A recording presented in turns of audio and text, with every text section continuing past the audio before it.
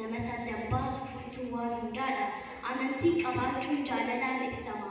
Ulaagaan namummaa isaan madaalama. Ulaagaan namummaa isaan madaalama. Waan hunda dabarsuuf obsa barbaachisa. Jaalalli furtuudha cubbuu namaa dhoksa. Amantii hundeedha qabaachuudhaaf obsa. Seeras raawwachuudhaaf jaalala sirreessa. Bantuu mana waaqaa jaalala ta'uusaa nu duraa dhokatee maaliif nu rakkisaa? Furtuu waan hundaadha jaalala hubadha. Hojii kam keessattuu dursa isaaf laadha. Bakka kamittiyyuu jaalalli tubaadha. Jaalalli dhabamnaan jireenyis duwwaadha. Har'a mucaan namaa jibba gudurfatee jaalala waaqa isaa tasumaa dagatee daandii irraa goree kiyyoo waliif mara. Waan hamaarra taa'ee wal miidhuuf jarjara. Waan hamaarra taa'ee wal miidhuuf jarjara. Onneen ilma namaa inaaffaan guutamee inaaffaan baay'annaan jaalallis dhabamee jireenyi sulfaatee hundinuu rakkanne nu mil'adhu gooftaa furmaata saadhanne nu mil'adhu gooftaa furmaata saadhanne. Jaalalli maseennaan jibbi lakkuu dhalee obboleessi obbolaa ajjeesuu eegalee intalli haadha ishee reebuuf itti kaatti. Kun hunduu kan ta'e jaalalli du'eeti. Kun hunduu kan ta'e jaalalli du'eeti. Jaalalli waan gogeef burqaan jibbaa yaa'e kanaaf maatiin nagaa addaan bittinnaa'e. Jaalala isa dhugaa koottaa wal jaalannaa maaf adda facaanee taan arbaata diinaa maaf adda facaanee taan arbaata diinaa. Egaa maaf dagannaa jaalala waaqayyoo jaalala isa dhugaa dirree qaraaniyoo kan diina qaanessee ittuu bisee laayyoo ilmaan namaa hundaaf kan ta'e waaqayyoo ilmaan namaa hundaaf kan ta'e waaqayyoo.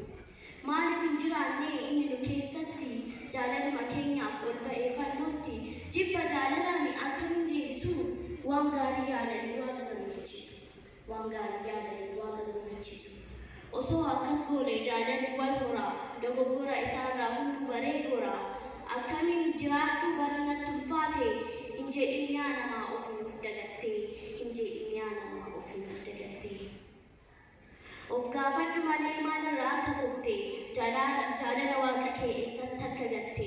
Furmaata isaa beekuuf kottaanee wal geenya tokkummaan duchinaa burqituu hammeenyaa yoo san nuuf qajeela haalli jiru keenya yoo san nuuf qajeela haalli jiru keenya. Baay'isaa kadhadhaa jabeessaatii tsoomaa waan na dhaggeeffataniif guddaa galatu.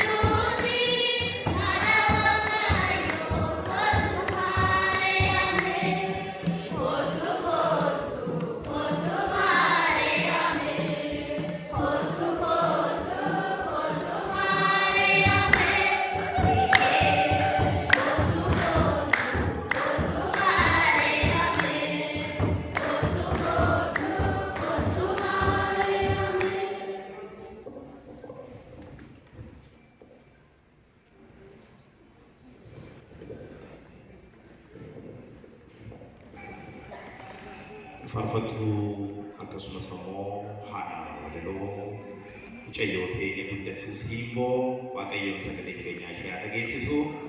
Kullee waan dhageenye warra mootummaa waaqayyo dhaalu nu haa taasisu. Egaa itti aansuudhaan dambii ittiin bulmaata waldaa fayyisaa addunyaatu dhiyaataa. Dambii